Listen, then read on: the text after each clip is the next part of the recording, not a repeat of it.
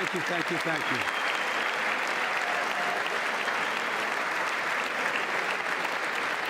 Thank you all very much. Thank you, General. Thank you. Thank you. Thank you all very, very much.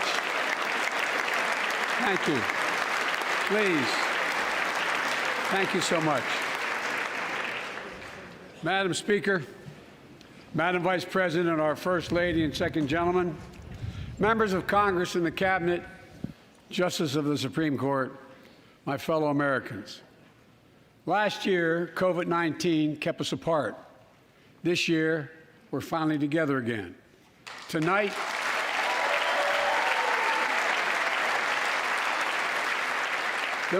we meet as Democrats, Republicans, and Independents, but most importantly, as Americans, with the duty to one another, to America, to the American people, to the Constitution, and an unwavering resolve that freedom will always triumph over tyranny.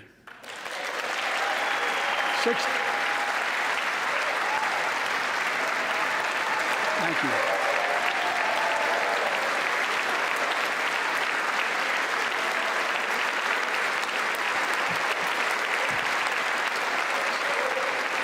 6 days ago, Russia's Vladimir Putin sought to shake the very foundations of the free world, thinking he could make it bend to his menacing ways. But he badly miscalculated. He thought he could roll into Ukraine and the world would roll over. Instead, he met with a wall of strength he never anticipated or imagined. He met the Ukrainian people.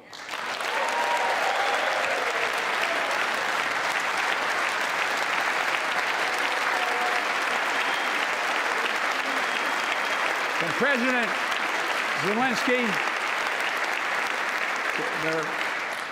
to every Ukrainian, their fearlessness, their courage, their determination literally inspires the world. Groups of citizens blocking tanks with their bodies, everyone from students to retirees to teachers, turned soldiers defending their homeland. And in this struggle, President Zelensky said in his speech to the European Parliament, "Light will win over darkness."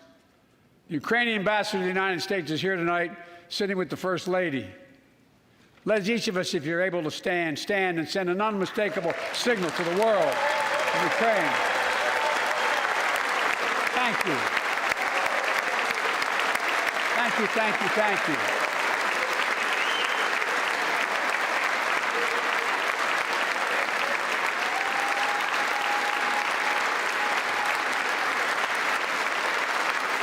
She's bright, she's strong, and she's resolved.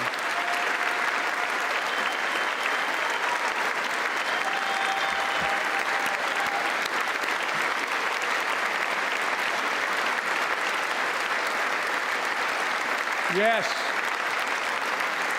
we, the United States of America, stand with the Ukrainian people. Throughout our history, we've learned this lesson. When dictators do not pay a price for their aggression, they cause more chaos. They keep moving, and the cost, the threats to America and America to the world keeps rising. That's why the NATO alliance was created, to secure peace and stability in Europe after World War II. The United States is a member, along with 29 other nations. It matters. American diplomacy matters. American resolve matters. Putin's latest attack on Ukraine was premeditated and totally unprovoked. He rejected repeated efforts at diplomacy. He thought the West and NATO wouldn't respond. He thought he could divide us at home, in this chamber, in this nation. He thought he could divide us in Europe as well. But Putin was wrong. We are ready. We are united, and that's what we did. We stayed united. We prepared extensively and carefully. We spent months building coalitions of other freedom-loving nations in Europe and the Americas, from America to the Asian and African continents, to confront Putin. Like many of you, I spent countless hours unifying our European allies. We shared with the world in advance what we knew Putin was planning and precisely how he would try to falsify and justify his aggression. We countered Russia's lies with the truth. And now that he's acted, the free world is holding him accountable, along with 27 members of the European Union, including France, Germany, Italy, as well as countries like the United Kingdom, Canada, Japan, Korea, Australia, New Zealand, and many others. Even Switzerland are inflicting pain on Russia and supporting the people of Ukraine. Putin is now isolated from the world more than he has ever been. Together,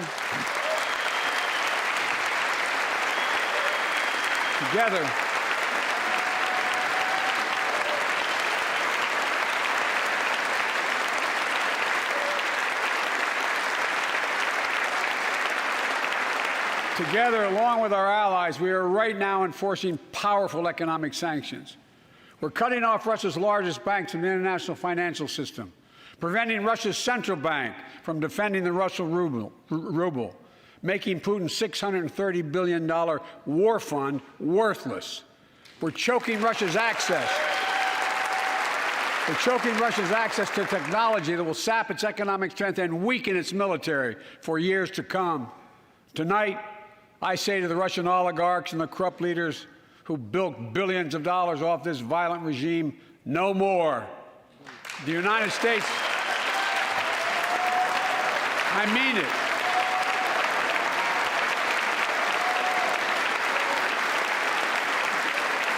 The United States Department of Justice is assembling a dedicated task force to go after the crimes of the Russian oligarchs. We're joining with European allies to find and seize their yachts, their luxury apartments, their private jets. We're coming for your ill-begotten gains. And tonight, I'm announcing that we will join our allies in closing off American airspace to all Russian flights, further isolating Russia and adding additional squeeze on their economy.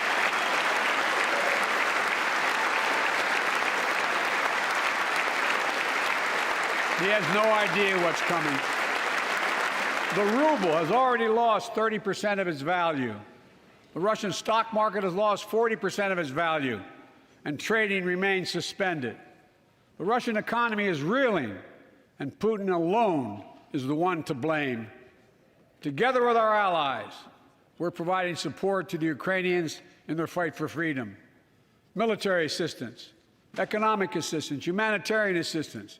We're giving more than $1 billion of direct assistance to Ukraine, and will continue to aid the Ukrainian people as they defend their country and help ease their suffering.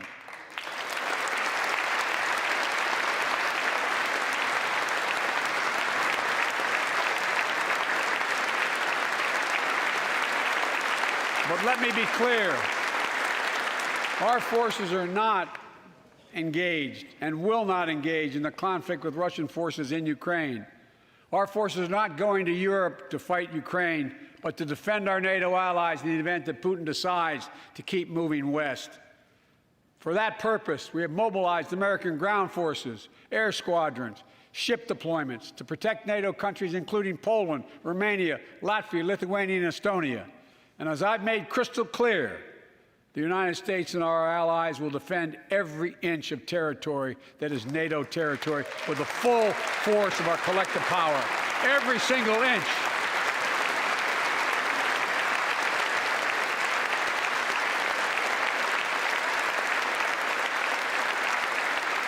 And we're clear-eyed. The Ukrainians are fighting back with pure courage.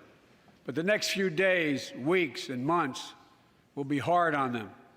Putin has unleashed violence and chaos, but while he may make gains on the battlefield, he'll pay a continuing high price over the long run.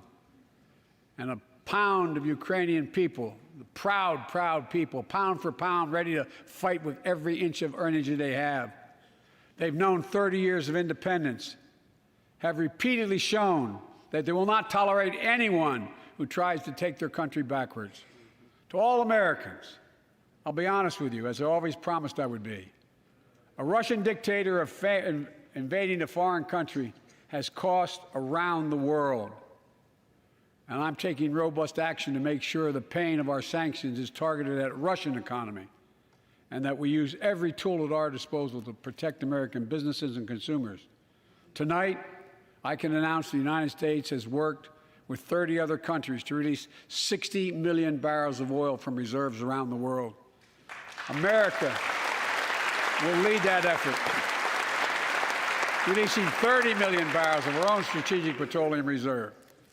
And we stand ready to do more if necessary, united with our allies. These steps will help blunt gas prices here at home, but I know news about what's happening can seem alarming to all Americans. But I want you to know we're going to be okay.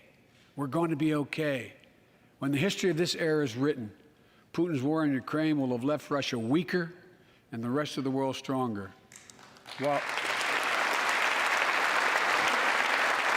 While it shouldn't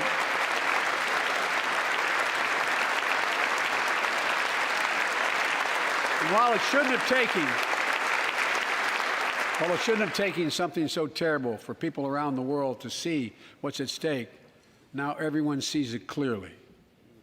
We see the unity among leaders of nations, a more unified Europe, a more unified West. We see unity among the people who are gathering in cities and large crowds around the world, even in Russia, to demonstrate their support for the people of Ukraine. In the battle between democracy and autocracies, democracies are rising to the moment, and the world is clearly choosing the side of peace and security. This is the real test, and it's going to take time. So let us continue to draw inspiration from the iron will of the Ukrainian people. To our fellow Ukrainian Americans who forged the deep bond that connects our two nations, we stand with you. We stand with you. Putin may circle Kyiv with tanks, but he'll never gain the hearts and souls of the Iranian people. He'll never extinguish their love of freedom, and he will never weaken the resolve of the free world.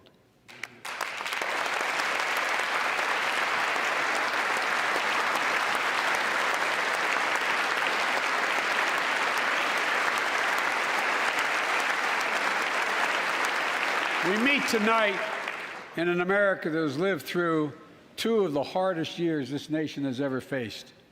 The pandemic has been punishing, and so many families are living paycheck to paycheck, struggling to keep up with the rising cost of food, gas, housing, and so much more. I understand, like many of you did. My dad had to leave his home in Scranton, Pennsylvania to find work. So like many of you, I grew up in a family when the price of food went up, it was felt throughout the family. It had an impact. That's when one of the first things I did as president was fight to pass the American Rescue Plan. Because people were hurting, we needed to act, and we did. Few pieces of legislation have done more at a critical moment in our history to lift us out of a crisis. It fueled our efforts to vaccinate the nation and combat COVID-19, delivered immediate economic relief to tens of millions of Americans. It helped put food on the table. Remember those long lines of cars waiting for hours just to get a box of food put in their trunk? It cut the cost of health care insurance. And as my dad used to say, it gave the people just a little bit of breathing room. Unlike the $2 trillion tax cut passed in the previous administration that benefited the top 1% of Americans, the American Rescue Plan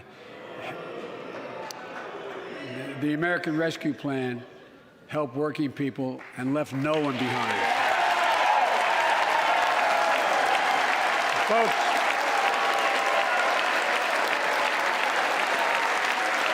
and it worked.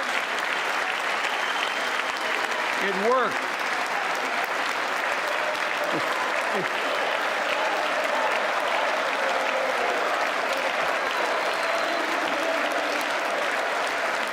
It worked.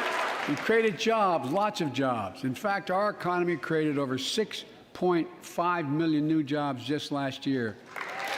More jobs in 1 year than ever before in the history of the United States of America. The economy grew at a rate of 5.7 last year, the strongest growth rate in 40 years, and the first step in bringing fundamental change to our economy that hasn't worked for working people in this nation for too long. For the past 40 years, we were told The tax break for those at the top and benefits would trickle down and everyone would benefit. But that trickle-down theory led to a weaker economic growth, lower wages, bigger deficits, and a widening gap between the top and everyone else in nearly a century. Look, Vice President Harris and I ran for office, and I realize we have fundamental disagreements on this, but ran for office with a new economic vision for America. Invest in America, educate Americans, grow the workforce, build the economy from the bottom up and the middle out, not from the top down, because we know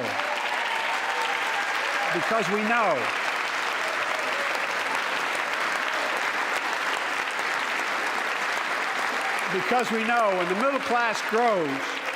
the middle class grows, the poor have a way up and the wealthy do very well. America used to have the best roads, bridges, and airports on earth, and now our infrastructure is ranked 13th in the world. We won't be able to compete for the jobs of the 21st century if we don't fix it. That's why it was so important to pass the bipartisan infrastructure law. And I thank my Republican friends who joined to invest and rebuild America, the single biggest investment in history. It was a bipartisan effort, and I want to thank the members of both parties who worked to make it happen. We're done talking about infrastructure weeks. We're now talking about an infrastructure decade. And look, it's going to transform America, to put us on a path to win the economic competition of the 21st century that we face with the rest of the world, particularly China. I've told Xi Jinping it's never been a good bet to bet against the American people. We'll create good jobs for millions of Americans, modernizing roads, airports, ports, waterways, all across America. And we'll do it to withstand the devastating effects of climate change and promote environmental justice. We'll build a national network of 500,000 electric vehicle charging stations. Begin to replace the poisonous lead pipes so every child, every American has clean water to drink at home and at school. We're going to provide affordable, high-speed internet for every American, rural, suburban, urban, and tribal communities. 4,000 projects have already been announced. Many of you have announced them in your districts. And tonight, I'm announcing that this year, we will start fixing over 65,000 miles of highway and 1,500 bridges in disrepair. And folks,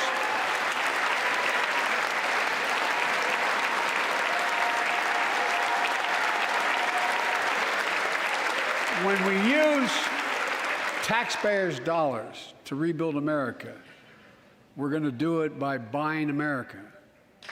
Buy American products. Support American jobs. The federal government spends about $600 billion a year to keep this country safe and secure. There's been a law on the books for almost a century to make sure taxpayers' dollars support American jobs and businesses. Every administration, Democrat and Republican, says they'll do it, but we're actually doing it. We'll buy America to make sure everything from the deck of an aircraft carrier to the steel on highway guardrails is made in America from beginning to end. All of it. All of it.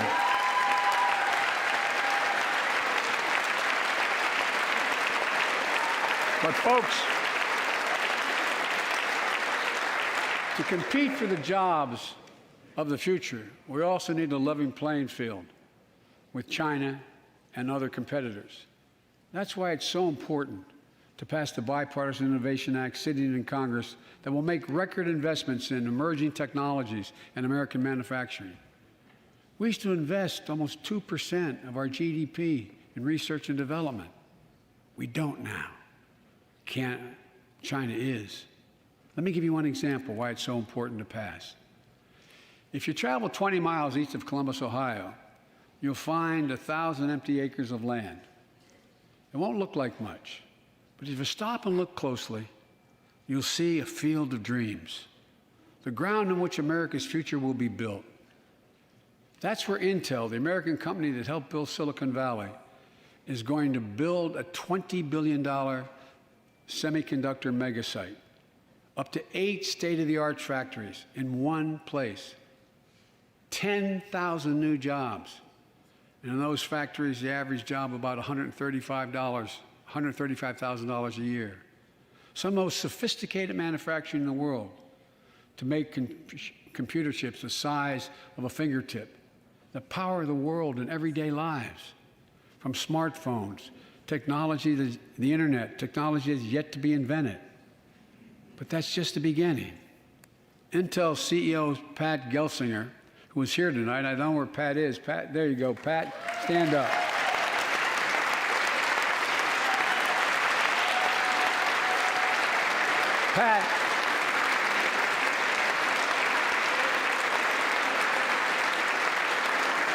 Pat came to see me, and he told me they're ready to increase their investment from $20 billion to $100 billion. That would be the biggest investment in manufacturing in American history. And all they're waiting for is for you to pass this bill. So let's not wait any longer. Send it to my desk, I'll sign it, and we'll really take off in a big way. And folks, Intel is not alone. There's something happening in America. Just look around and you'll see an amazing story. The rebirth of pride that comes from stamping products made in America. The revitalization of American manufacturing. Companies are choosing to build new factories here when just a few years ago they would have gone overseas. That's what's happening. Ford is investing $11 billion in electric vehicles, creating 11,000 jobs across the country. GM is making the largest investment in its history, $7 billion to build electric vehicles, creating 4,000 jobs in Michigan. All told, 369,000 new manufacturing jobs were created in America last year alone. Folks,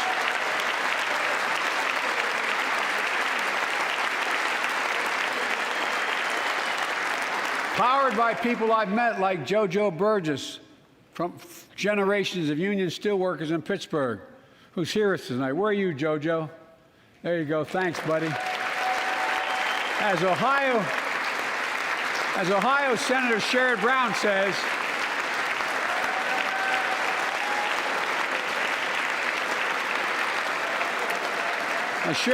says, it's time to bury the label Rust Belt. It's time to see what used to be called the Rust Belt become the home of a significant resurgence of manufacturing. And with all the bright spots in our economy, record job growth, higher wages, too many families are struggling to keep up with their bills. Inflation is robbing them of gains they thought otherwise they would be able to feel. I get it. That's why my top priority is getting prices under control. Look, our economy roared back faster than almost anyone predicted, but the pandemic meant that businesses had a hard time hiring enough people because of the pandemic to keep up production in their factories. So you didn't have people making those beams that went into buildings because they were out. The factory was closed. The panic also disrupted the global supply chain. Factories close. When that happens, it takes longer to make goods and get them to the warehouses, to the stores, and prices go up. Look at cars last year. 1/3 of all the inflation was because of automobile sales. There weren't enough semiconductors to make all the cars that people wanted to buy. And guess what? Prices of automobiles went way up, especially used vehicles as well. And so we have a choice. One way to fight inflation is to drive down wages and make Americans poorer. I think I have a better idea to fight inflation. Lower your costs, not your wages. And folks,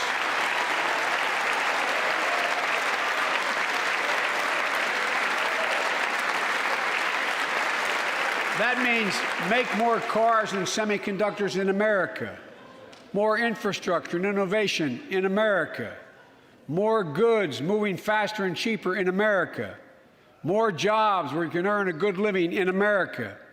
Instead of relying on foreign supply chains, let's make it in America.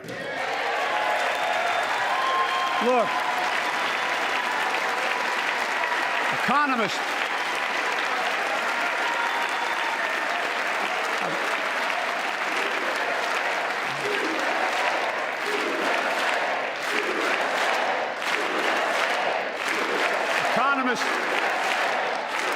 call this increasing the productive capacity of our economy. I call it building a better America. My plan to fight inflation will lower your costs and lower the deficit. 17 Nobel laureates in economics said my plan will ease long-term inflationary pressures. Top business leaders, and I believe most Americans, support the plan. And here's the plan. First, cut the cost of prescription drugs. We pay more for the same drug produced by the same company in America than any other country in the world. Just look at insulin. 1 in 10 Americans has diabetes. In Virginia, I met a 13-year-old boy, the handsome young man standing up there, Joshua Davis. He and his dad both have type 1 diabetes, which means they need insulin every single day. Insulin costs about $10 a vial to make. That's what it costs the pharmaceutical company. But drug companies charge families like Joshua and his dad up to 30 times that amount. I spoke with Joshua's mom. Imagine what it's like to look at your child who needs insulin to stay healthy and have no idea how in God's name you're going to be able to pay for it. What it does to your family, but what it does to your dignity, your ability to look your child in the eye, to be the parent you expect yourself to be. I really mean to think about that. That's what I think about. You know, yesterday, Joshua's here tonight, but yesterday was his birthday. Happy birthday, buddy, by the way. For Joshua and 200,000 other young people with type 1 diabetes, let's cap the cost of insulin at $35 a month so everyone can afford it. And drug companies will do very, very well, their profit margin. While we're at it, I know we have great disagreements on this floor with this. Let's let Medicare negotiate the price of prescription drugs.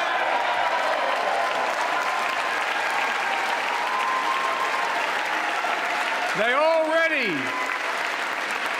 set the price for VA drugs.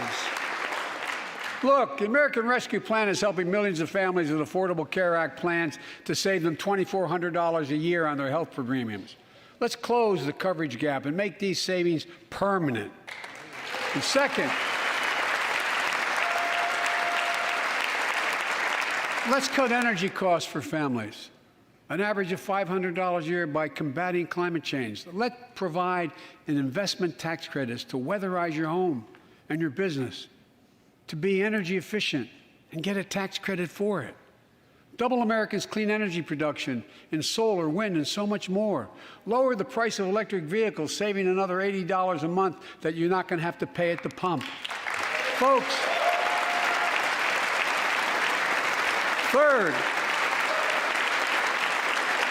the third thing we can do to change the standard of living for hardworking folks is cut the cost of child care. Cut the cost of child care. Folks, if you live in a major city in America, you pay up to $14,000 a year for child care per child. I was a single dad for 5 years, raising 2 kids. I had a lot of help, though. I had a mom, a dad, a brother, and a sister that really helped. But middle class and working folks shouldn't have to pay more than 7% of their income to care for the young children. My plan would cut the cost of child care in half for most families. and help parents, including millions of women who left the workforce during the pandemic because they couldn't afford child care, to be able to get back to work, generating economic growth. But my plan doesn't stop there. It also includes home and long-term care, more affordable housing, pre-K for 3- and 4-year-olds. All these will lower costs for families. And under my plan, nobody, let me say this again, nobody earning less than $400,000 a year will pay an additional penny in new taxes. Not a single penny.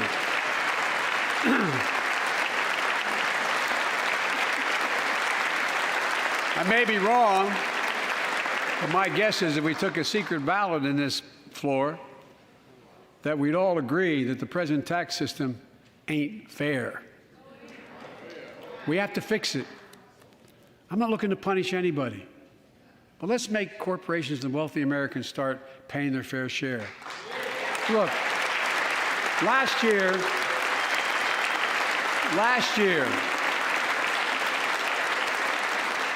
and like Chris Coons and Tom Carper and my distinguished Congresswoman, we come from the land of corporate America.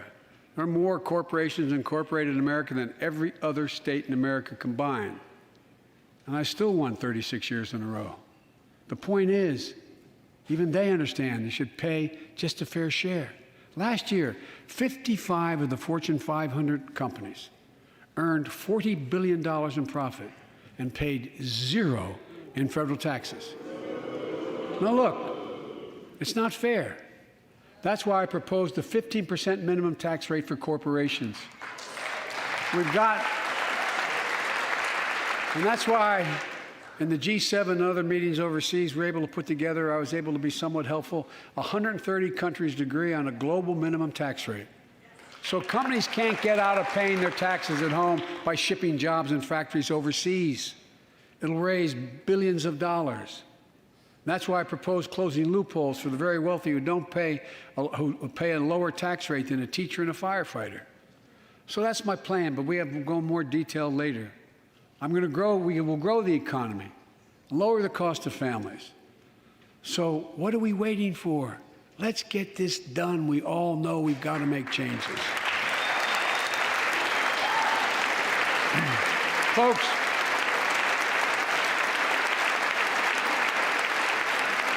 and while you're at it, confirm my nominees for the Federal Reserve, which plays a critical role in fighting inflation. My plan will not only lower costs and give families a fair shot, it will lower the deficit. The previous administration not only ballooned the deficit with those tax cuts for the very wealthy and corporations, it undermined the watchdogs, the job of those to keep pandemic relief funds being wasted. Remember we had those debates about whether or not those watchdogs should be able to see every day how much money was being spent, where was it going to the right place? But in my administration, the watchdogs are back. And we're going to go after the criminals who stole billions of relief money meant for small business and millions of Americans. Tonight, I'm announcing that the Justice Department will soon name a chief prosecutor for pandemic fraud.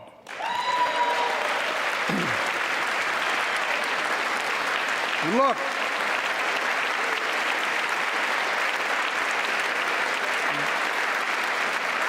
I think we all agree, thank you. By the end of this year, the deficit will be down to less than half of what it was before I took office. The only president ever to cut the deficit by more than $1 trillion in a single year.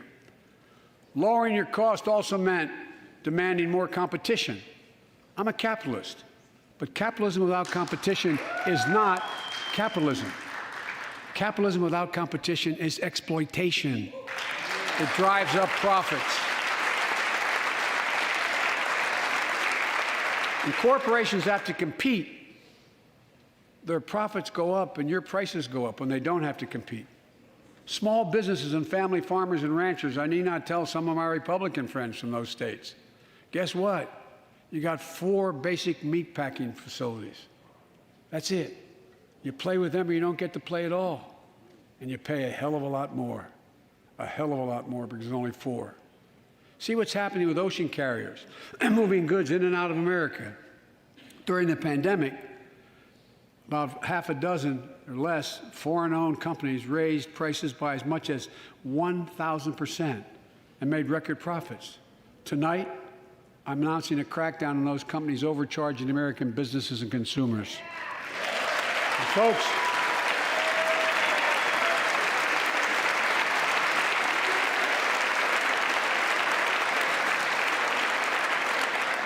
and as Wall Street firms take over more nursing homes, quality in those homes has gone down and costs have gone up.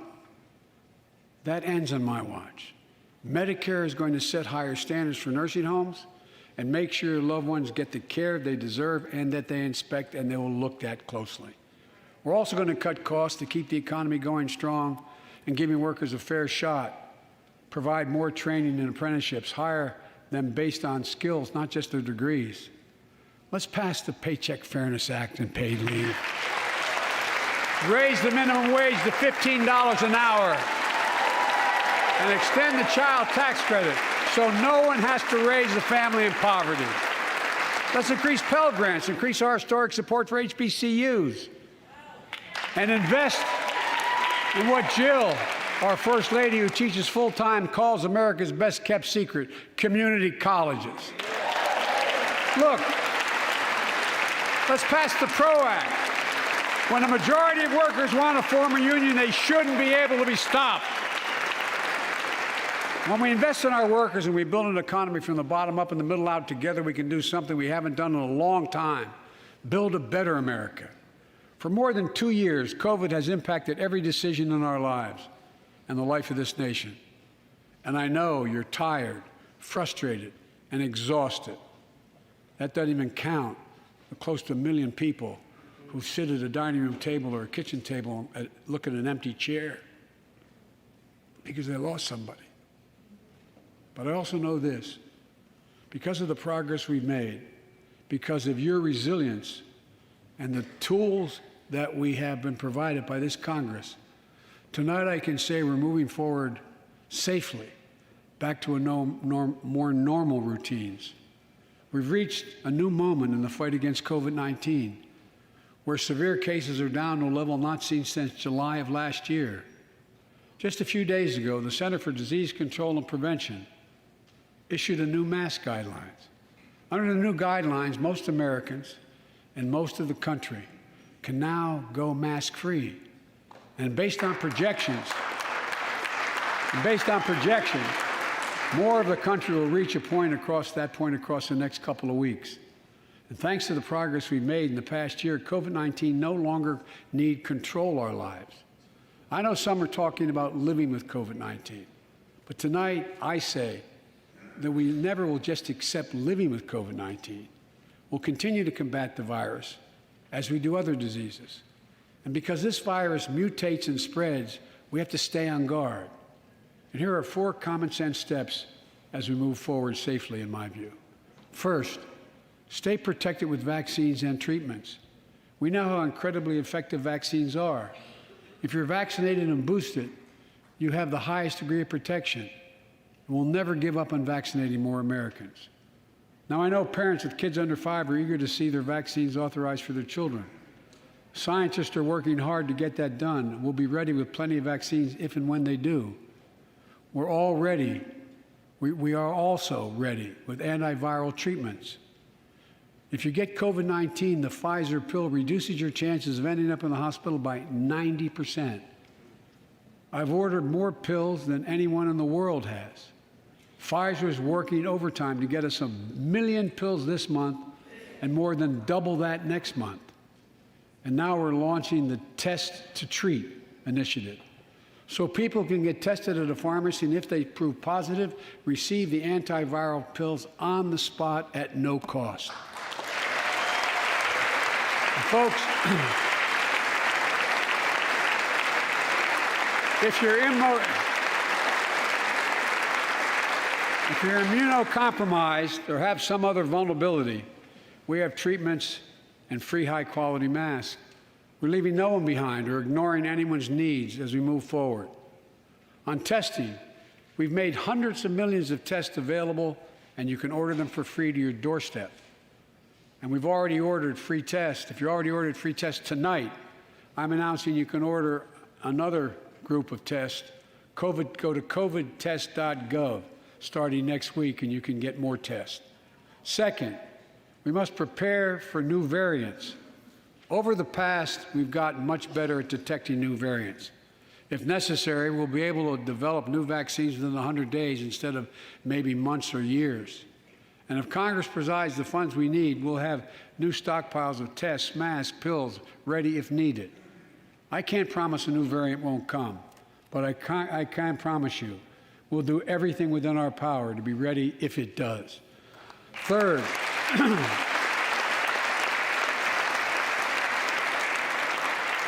we can end the shutdown of schools and businesses. We have the tools we need. It's time for America to get back to work and fill our great downtowns again with people. People working from home can feel safe and begin to return to their offices. We're doing that here in the federal government. The vast majority of federal workers will once again work in person. Our schools are open. Let's keep it that way. Our kids need to be in school.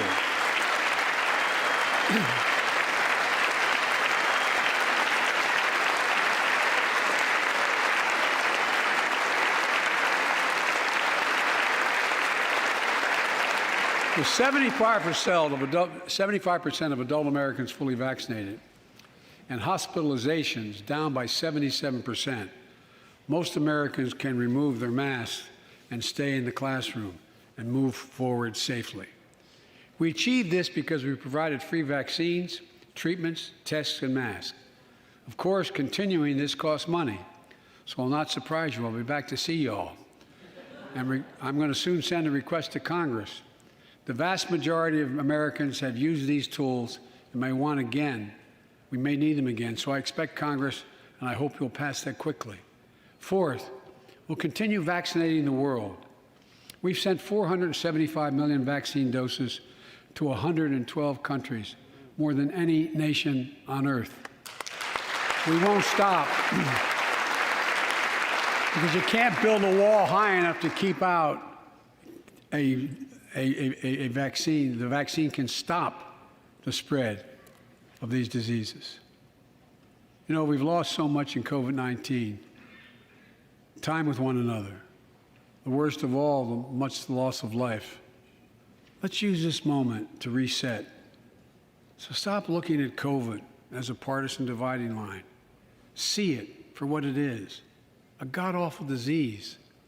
Let's stop seeing each other as enemies and start seeing each other for who we are, fellow Americans. Look,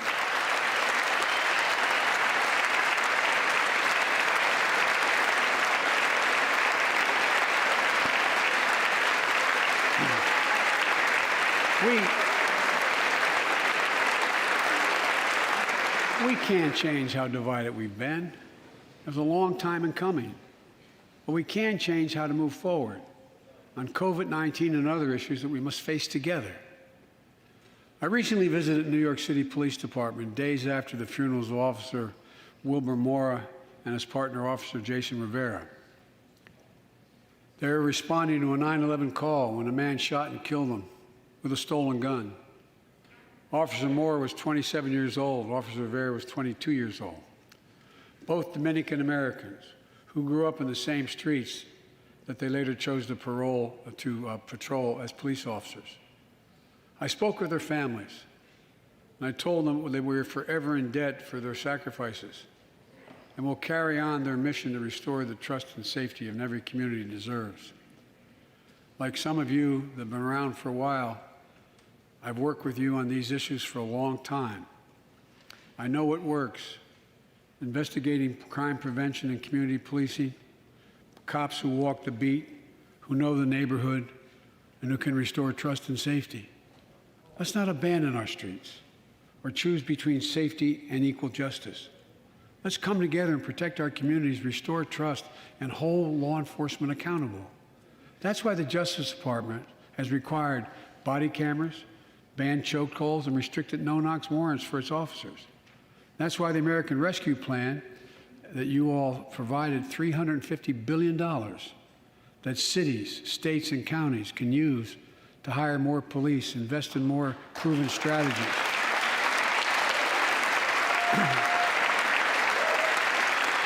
Proven strategies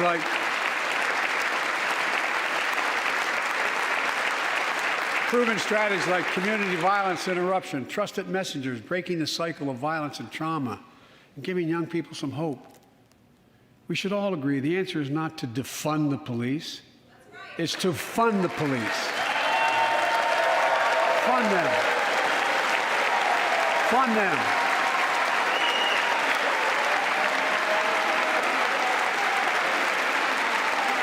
Fund them with resources and training. Resources and training they need to protect our communities. I ask Democrats and Republicans alike to pass my budget and keep our neighborhoods safe.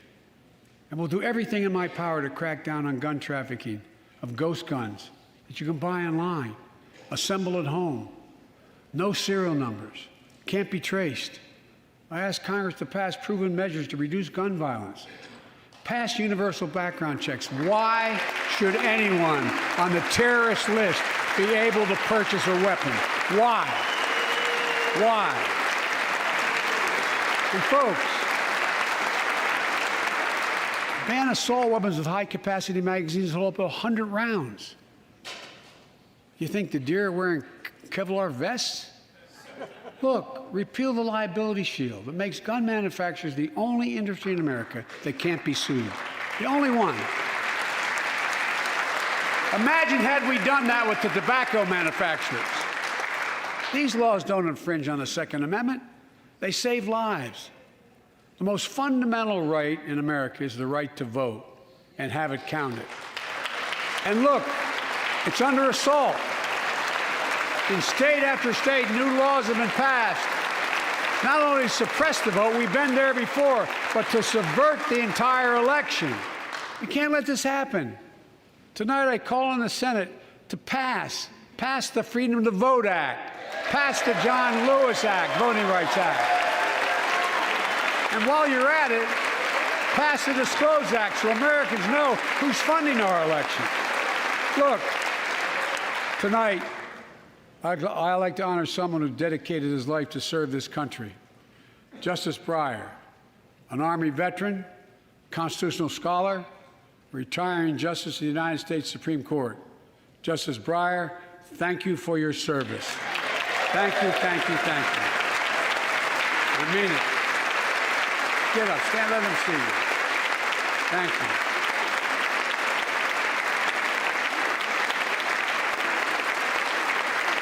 And we all know, no matter what your ideology, we all know one of the most serious constitutional responsibility a president has is nominating someone to serve on the United States Supreme Court.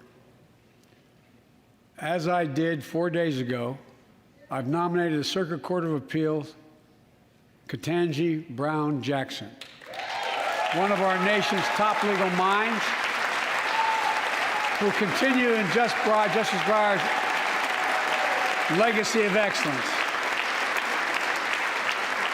A former top litigator in private practice, a former federal public defender, from a family of public school educators and police officers. She's a consensus builder.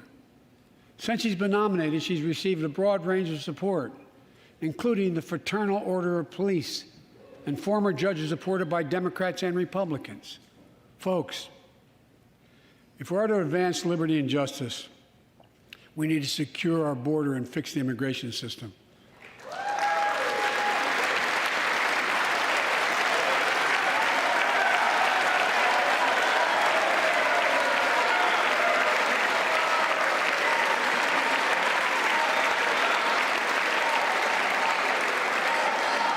And as you might guess, I think we can do both.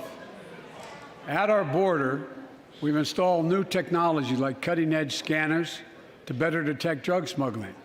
We've set up joint patrols with Mexico and Guatemala to catch more human traffickers. We're putting in place dedicated immigration judges in a significant larger number so families fleeing persecution and violence can have their cases heard faster, and those who don't legitimately hear can be sent back. We're screening, we're securing commitments, and supporting partners in South and Central America to host more refugees and secure their own borders. We can do all this while keeping lit the torch of liberty that has led a generation of immigrants to this land, my forebears and many of yours. Provide a pathway to citizenship for dreamers, those with temporary status, farm workers, essential workers. Revise our laws so businesses have workers they need and families don't wait decades to reunite. It's not only the right thing to do, it's economically smart thing to do. That's why the immigration reform is supported by everyone from labor unions to religious leaders to the U.S. Chamber of Commerce. Let's get it done once and for all. Folks,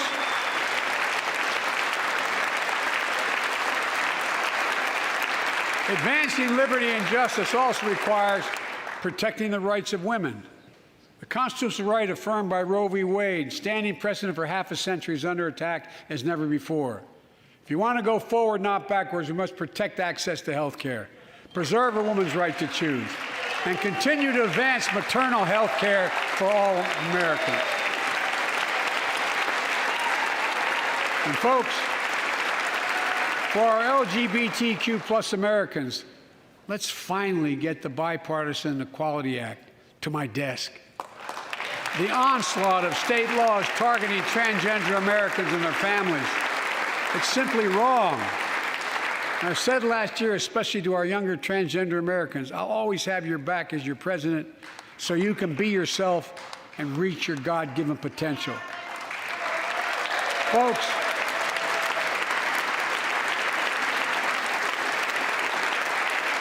as I've just demonstrated, while it often appears we do not agree, and that we do agree on a lot more things than we acknowledge. I signed 80 bipartisan bills into law last year, from preventing government shutdowns, to protecting Asian Americans from still too common hate crimes, to reforming military justice, and will soon be strengthening the Violence Against Women Act that I first wrote 3 decades ago. And it's important. It's important for us to show the nation we can come together and do big things. So tonight I'm offering a unity agenda for the nation. 4 big things we can do together, in my view. First, beat the opioid epidemic. There's so much we can do. Increase funding for prevention, treatment, harm reduction, and recovery. Get rid of outdated rules and stop doctors that stop doctors from prescribing treatments. Stop the flow of illicit drugs by working with state and local law enforcement to go after the traffickers. And if you're suffering from addiction, you should know you're not alone. I believe in recovery, and I celebrate the 23 million Americans in recovery.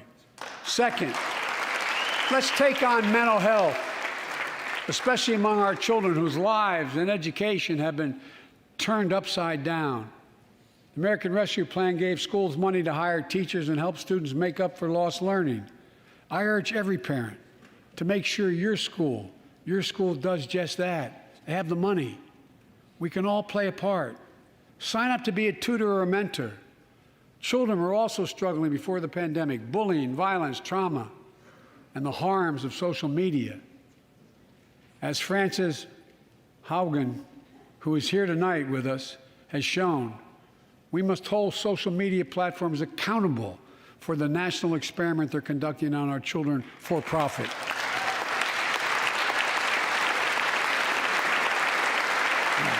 Folks, thank you. Thank you for the courage you showed. It's time to strengthen privacy protections, ban targeted advertising to children, demand tech companies stop collecting personal data on our children, and let's get all Americans the mental health services they need. More people can turn for help, and full parity between physical and mental health care if we treat it that way in our insurance. Look,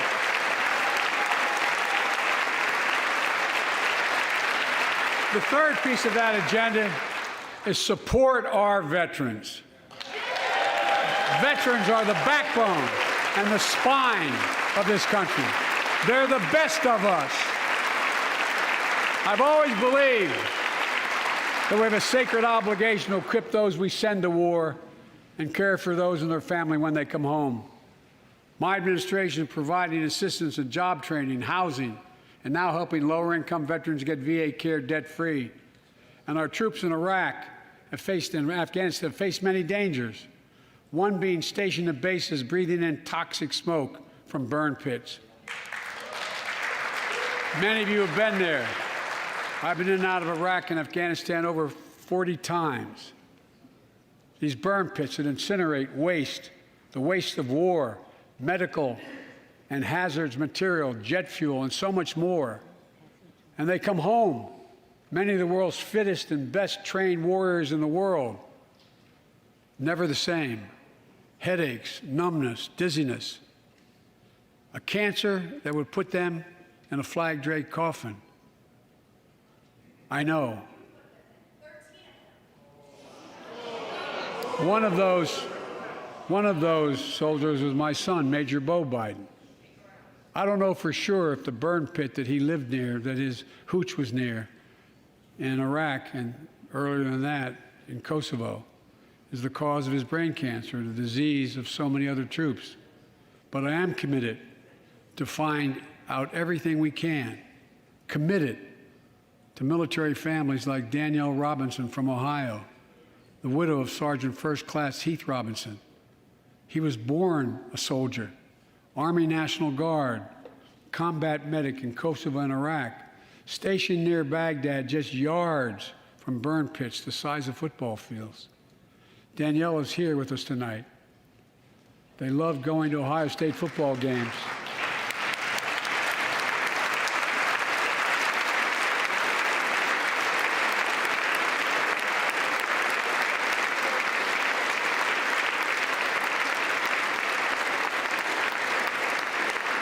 And he loved building Legos with their daughter. But cancer from prolonged exposure to burn pits ravaged Heath's lungs and body. Danielle says Heath was a fighter to the very end. He didn't know how to stop fighting, and neither did she. Through her pain, she found purpose to demand that we do better. Tonight, Danielle, we are going to do better. The VA is pioneering new ways of linking toxic exposure to disease, already helping more veterans get benefits. And tonight, I'm announcing we're expanding eligibility to veterans suffering from 9 respiratory cancers.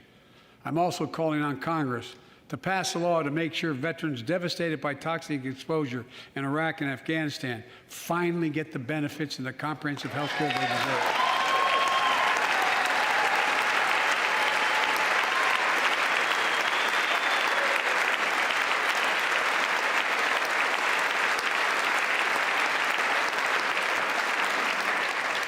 And fourth and last, let's end cancer as we know it. This is personal.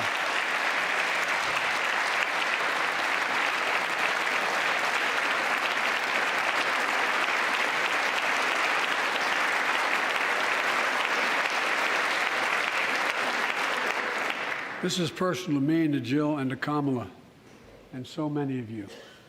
So many of you have lost someone you love. Husband, wife, son, daughter, mom, dad. Cancer is the #2 cause of death in America, second only to heart disease. Last month, I announced the plan to supercharge the cancer moonshot that President Obama asked me to lead 6 years ago. Our goal is to cut cancer death rates by at least 50% over the next 25 years, and I think we can do better than that. Turn cancers from death sentences into treatable diseases. More support for patients and their families. To get there, I call on Congress to fund what I called ARPA-H, Advanced Research Projects Agency for Health, patterned after DARPA and the Defense Department, projects that led in DARPA to the internet, GPS, and so much more to make our forces more safer and be able to wage war with more clarity. ARPA will have a singular purpose: to drive breakthroughs in cancer, Alzheimer's and diabetes, and more. A unity agenda for the nation. We can do these things. It's within our power, and I don't see a partisan edge to any one of those four things. My fellow Americans, tonight we've gathered in this sacred space, a citadel of democracy, in this Capitol. Generation after generation of Americans have debated great questions amid great strife and have done great things. We fought for freedom, expanded liberty, debated totalitarianism and terror. We built the strongest, freest, and most prosperous nation the world has ever known. Now is the hour, our moment of responsibility, our test of resolve and conscience, of history itself. It is in this moment that our character of this generation is formed. Our purpose is found. Our future is forged. Well, I know this nation. We'll meet the test, protect freedom and liberty, expand fairness and opportunity, and we will save democracy. As hard as those times have been, I'm more optimistic about America today than I've been my whole life, because I see the future that's within our grasp, because I know there's simply nothing beyond our capacity. We're the only nation on earth that has always turned every crisis we faced into an opportunity. The only nation that can be defined by a single word: possibilities. So on this night, on our 245th year as a nation, I've come to report on the state of the nation, the State of the Union. And my report is this: the State of the Union is strong because you, the American people, are strong. We are stronger today. We are stronger today than we were a year ago.